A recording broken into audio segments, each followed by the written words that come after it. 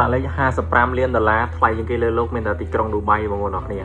ហើយខ្ញុំចង់បញ្ជាក់តិចតាក់ទងជាមួយនឹងទីក្រុងឌូបៃគឺគេអត់ខលរឿងឡានរឿងអីគេអត់ focus គេអត់បដោតលើគេបដោតលើតែស្លាកលេខឯងព្រោះស្លាកលេខវាមានខ្លីបានន័យថាស្លាកលេខ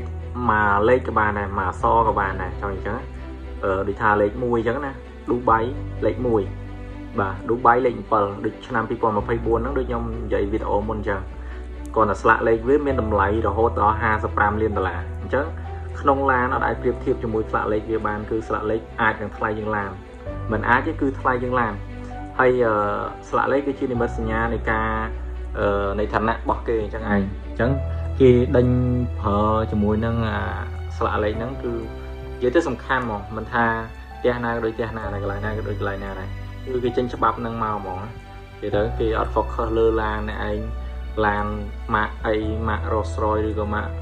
Mercedes-Benz អីទេអត់ខ្វល់រឿងឡានហ្នឹងឯង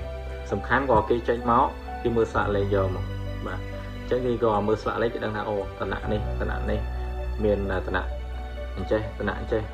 តាមឋានៈរបស់វាទៅបាទគេមើលស្លាកលេខហើយបើយើងនៅស្រុកយើងអត់ focus លើស្លាកលេខទេយើង focus លើឡានវិញ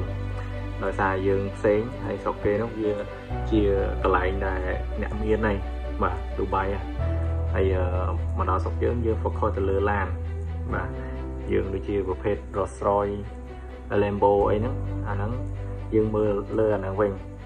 តែឌូបៃអត់ទេគេអត់ខ្វល់រឿងឡានរឿងអីទេគេខ្វល់រឿងស្លាកលេខក៏ចេញវឹបមកគេមើលស្លាកលេខទេបាទហ្នឹង